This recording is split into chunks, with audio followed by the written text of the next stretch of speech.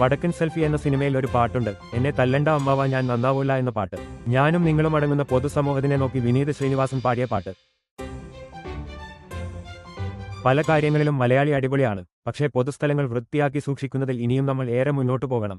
സർക്കാരും ഹരിതകർമ്മ സേനയിലെ ചേട്ടന്മാരും ചേച്ചിമാരും ചേർന്ന് ഒരു ഭാഗത്തു വൃത്തിയാക്കുന്നു, മറുഭാഗത്തു നമ്മൾ വീണ്ടും പ്ലാസ്റ്റിക്കും മറ്റു മാലിന്യങ്ങളും പൊതുവഴികളിൽ നിക്ഷേപിക്കുന്നു. കേരളം വൃത്തിയാക്കുന്നതിൽ സർക്കാർ മാത്രം വിചാരിച്ചാൽ പോരാ, പൊതുജനങ്ങൾ കുറച്ചുകൂടെ ഉത്തരവാദിത്തത്തോടുകൂടെ പെരുമാറേണ്ടതുണ്ട്. പച്ചക്കറി, മീൻ, ഇറച്ചി, പലവ്യഞ്ജനങ്ങൾ എന്നിവ വാങ്ങാനിറങ്ങുമ്പോൾ ഒരു സഞ്ചി അല്ലെങ്കിൽ ബോക്സ് വീട്ടിൽ നിന്നും കൊണ്ടുപോവുക.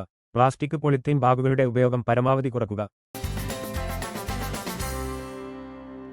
ഏറ്റവും കൂടുതൽ പൊതുസ്ഥലത്തു കാണുന്ന മാലിന്യം വെള്ളക്കുപ്പികളും ഫ്രൂട്ട് ജ്യൂസ് പാക്കറ്റുകളും തന്നെയാണ്. പുറത്തേക്കു ഇറങ്ങുമ്പോൾ ഒരു കുപ്പി വെള്ളം കരുതുക.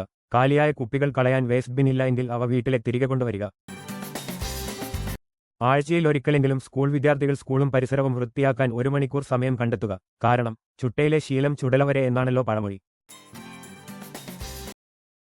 പൊതുസമ്മേളനങ്ങൾ, പ്രാർത്ഥന സംഗമങ്ങൾ, കുടുംബ സംഗമങ്ങൾ തുടങ്ങിയ പൊതുപരിപാടികൾ കഴിഞ്ഞ് ആ പരിസരം വൃത്തിയാക്കിയ ശേഷം മാത്രം പിരിഞ്ഞു പോകുക.